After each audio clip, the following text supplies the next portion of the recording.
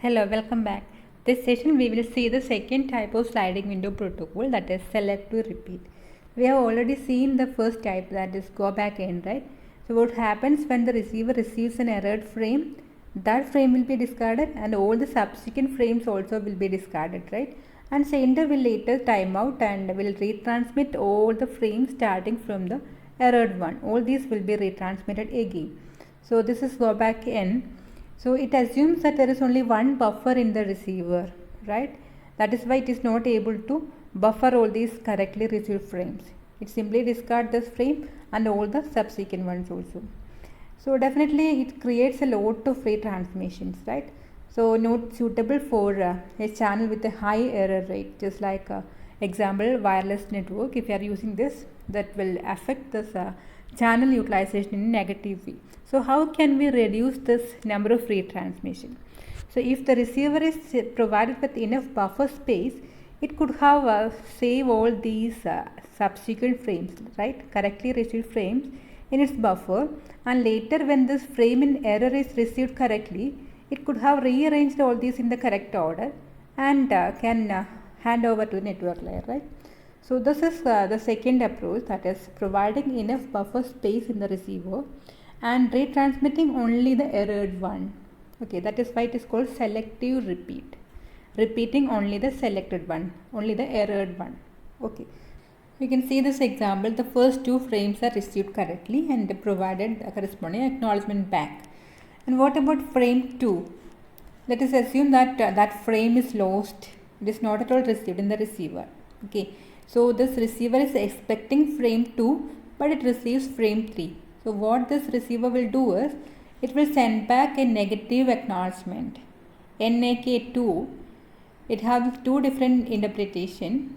Okay, either the receiver received frame 2 with error, or the receiver not at all received this frame 2. Okay, and for the subsequent frames, it will send back an acknowledgement carrying a sequence number, which is the sequence number of the last frame received correctly. Okay, so for every frame it will resend acknowledgement 1 back, and eventually the sender will see this negative acknowledgement. It will realize that the frame 2 is in error or not at all received in the receiver. It will retransmit this frame, and when that frame is received correctly, okay, the receiver will send a cumulative acknowledgement back. ACK5 will be sent. That means up to frame number 5 are received correctly. All are buffered here just to rearrange this, and it can be provided to the network layer. So cumulative acknowledgements are used here. By seeing this acknowledgement, what the sender will understand that up to 5 all are correctly received. Okay. Then subsequent frames it will send the corresponding acknowledgement. So this is selective repeat ARQ. So we can see that different steps in this. So in case of selective repeat, only bad frames will be discarded. Good frames are received and those are buffered in the receiver. And when the sender times out, the oldest unacknowledged frame will be retransmitted.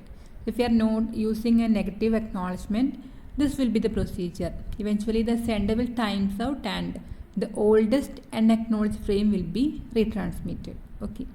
And if that frame arrives correctly, the receiver delivered to the network layer in sequence all the frames it has buffered.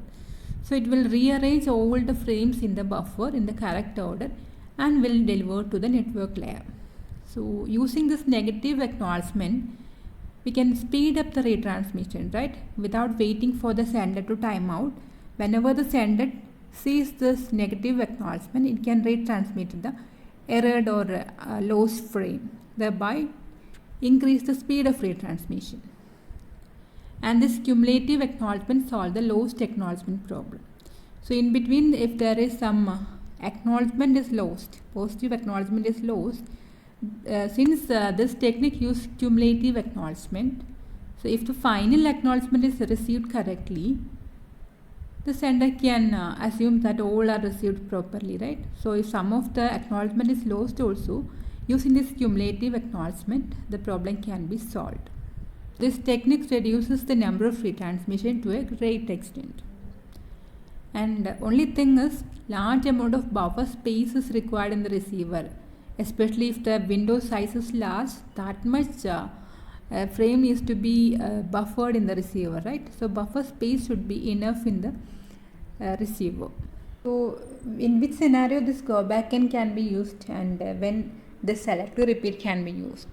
Actually, these two approaches are trade-offs between the bandwidth and detailing layer buffer space, right? This, for example, go back in, if there is enormous bandwidth available, lot of this retransmission can be affordable, right? So in such case we can use the go back in, and if the error rate is very low, we can use the go back in protocol. And if there is enough or enormous buffer space in the receiver, and in the case of high error rate, we can use the selective repeat method. Now what can be the maximum size of the window in this selective repeat case? So in case of go back N, it was n minus 1, right? Maximum n minus 1 frames can be there in a window, where this is equal to 2 raised to n minus 1, where small n is the number of bits required to represent the sequence number, right? So can we use the same upper limit here also? We can see with an example. So suppose this we are using 2-bit sequence numbers. So totally we can have 4 different sequence numbers, right? So capital N will be 4. So the window size is 3, right? So let us assume that we are taking a window size 3 and the frame numbers are 0, 1, 2 and 3. Okay. So initially this will be the sender window. 0, 1, 2 are the frames to be sent, and the receiver window is also the same, right? 0, 1, 2 are the expected frames. And suppose frame 0 is sent correctly by the sender and it is received correctly by the receiver. Okay. So an acknowledgement is sent back from the receiver. Unfortunately, that is lost. After sending this acknowledgement, the receiver will advance its window to the next 3 frames. 1, 2 and 3 are the expected frame now. Okay. So what about here? It already sent 0. Now it sent 1 also. But it cannot advance its window because it not yet received the corresponding acknowledgement, right? And the 3 frames, suppose all the 3 frames are sent correctly and received correctly in the receiver, and all the 3 acknowledgements are lost. So this will be the current status. Okay, receiver, all the 3 are acknowledged properly. So its a new window will be next 3 frames, 3, 0 and 1 is expecting this sequence numbers. And what about the sender? It has sent all the 3 frames, but no acknowledgement is received back. So eventually it will time out, and it will assume that frame 0 is not at all received. So it will again retransmit this frame 0. Okay, frame 0 will be sent again. So upon receiving this frame 0, what this receiver will check? Because in the case of selective repeat, the receiver is free to receive frames out of order, right? So actually it's waiting for 3, but 0 and 1 are also there in the window, and the selective repeat protocol is ready to receive frames out of order. So the frame 0 sent by the sender will be received by this receiver, assuming that it's a new frame with sequence number 0, and we'll put here.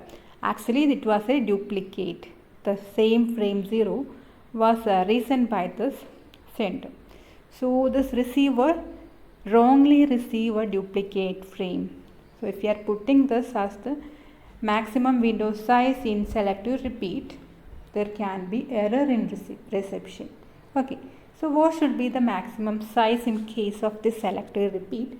It should be n by 2. Okay. That is 2 raised to n minus 1. So for a 2-bit sequence numbers, the number of frames within a window or the window size should be maximum 2. Let us check whether this protocol works correctly if the window size is n by 2. In this case 2. Okay. So this will be the status. 0 and 1 are the frames within the window, sender window. 0 and 1 are the frames within the receiver window. And suppose first frame is sent correctly, frame 0 is sent correctly and received correctly, and it is acknowledged.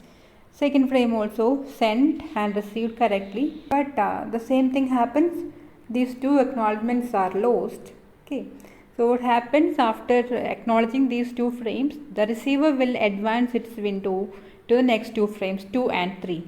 But the sender will time out eventually and will retransmit frame 0. Okay, frame 0 will be retransmit.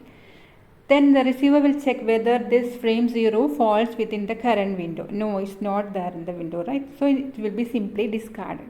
So this protocol works correctly only if the window size, maximum limit of the window is n by 2. Okay. That means there should not be any overlapping frame numbers between two successive windows. That is the condition. Okay. That is why we are taking the half of the frame numbers in the first window and the next half of the frame numbers in the second window. Okay. So this is all about sliding window protocols. Thank you.